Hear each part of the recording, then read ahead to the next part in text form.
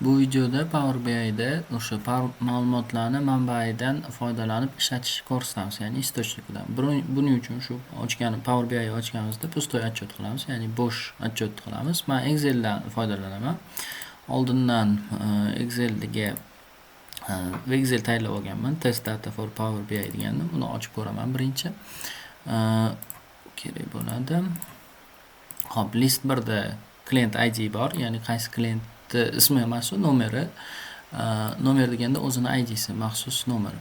Qaytarilmaydigan segment, qaysi segmentga tegishli, qaysi shaharda, davlatdan, produkt nomi, sotilganlari, savdo summasi.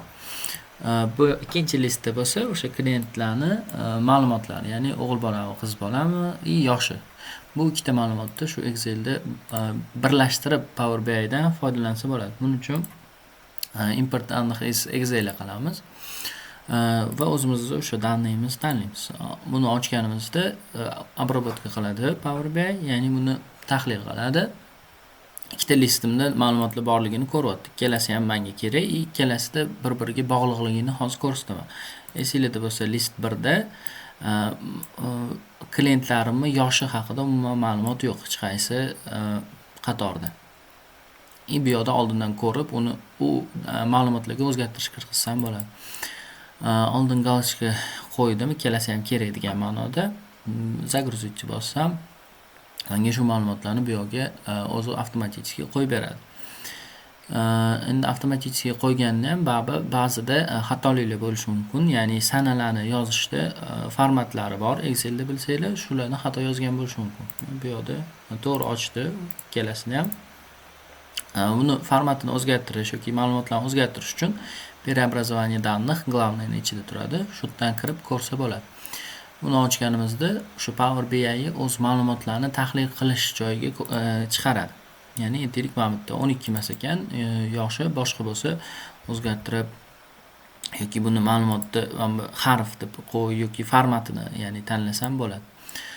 Bu yoqda mana sana bor. O'zi avtomatik tanlab ola oladi.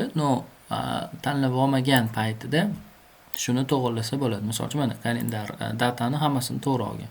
Agar to'g'ri olmaganda, misol uchun общийga qo'yib qo'yishi mumkin edi. Data время bo'lsa, misol uchun soatini ham ko'rsatadi. Atmana qilaman. Hozir hamma ma'lumotlarni meniki to'g'ri qo'yib bergan. Закрыть и применить, ya'ni bu o'zgarishlarni qabul qil va qo'lla degan ma'noda Power BI ga buyruq beradi. O'ng tomonimda o'sha berilgan daniylarni, ma'lumotlarni ko'rishingiz mumkin. Ikkitasini endi связи haqida ham ozgina gaplashaylik, bog'liqligi. Mana bu yoqda ko'rsanglar, bu avtomatim qilgan. Nimadan qilgan desa, avtomatim client ID bir xil bo'lganlarni bog'lab olgan. Naryoqda Excel'dan yaxshi jihati buni shu bog'lamlarni o'zi topadi va o'sha bog'langlar bo'yicha ham hisobotlar tayyorlasa bo'ladi. Misol uchun mana birinchi listimizda xaridorlar yoshi yo'q edi, lekin bu bog'lamni topgani uchun endi xaridorlarning yoshi bo'yicha ham diagramma qilsak bo'ladi. Ikkala listimni ham mana ma'lumotlari bitta tomonda ko'rinadi.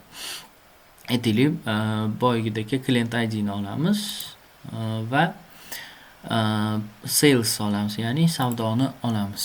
Tablitsa ko'rinishida hozircha ko'rsatyapti. Normal, menga bo'ladi.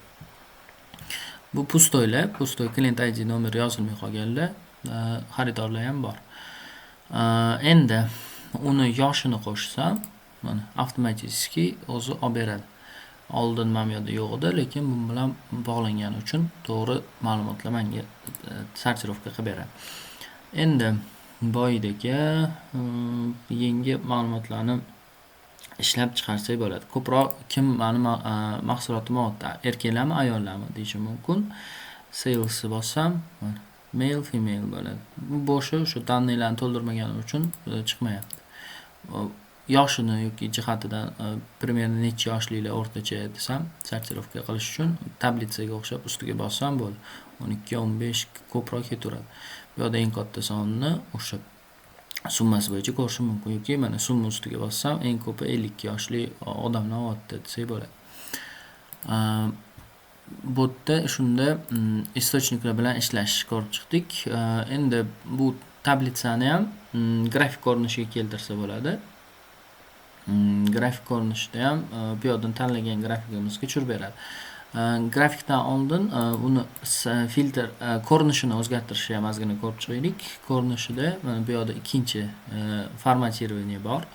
O'shadan o'tib ko'rsa bo'ladi. Setkasi yoki значениясini nimadir qilish kerak, yozuvlarni kattalashtirish kerak, bold ya'ni to'q yozuvda bo'lish kerak yoki rangi qanaqadir ko'k bo'lsin desa, mana ko'k yozuvda ham tekstda ko'k sal tushunarliroq bo'lmadi, qizil qilaylik-da. Qizilda ozgina o'zgargani ko'rinadi. Yana zagolovka qo'shishimiz mumkin. Misol uchun aytaylik, xohlagan zagolovkamiz qo'ysak bo'ladi. Zagolovkamizni ham kattalashtirib qo'ysak, zagolovka. Har bittasini o'zingizlar keyin yana ko'rib chiqsanglar bo'ladi. Boshqa o'zgarishlarni ham. Rahmat.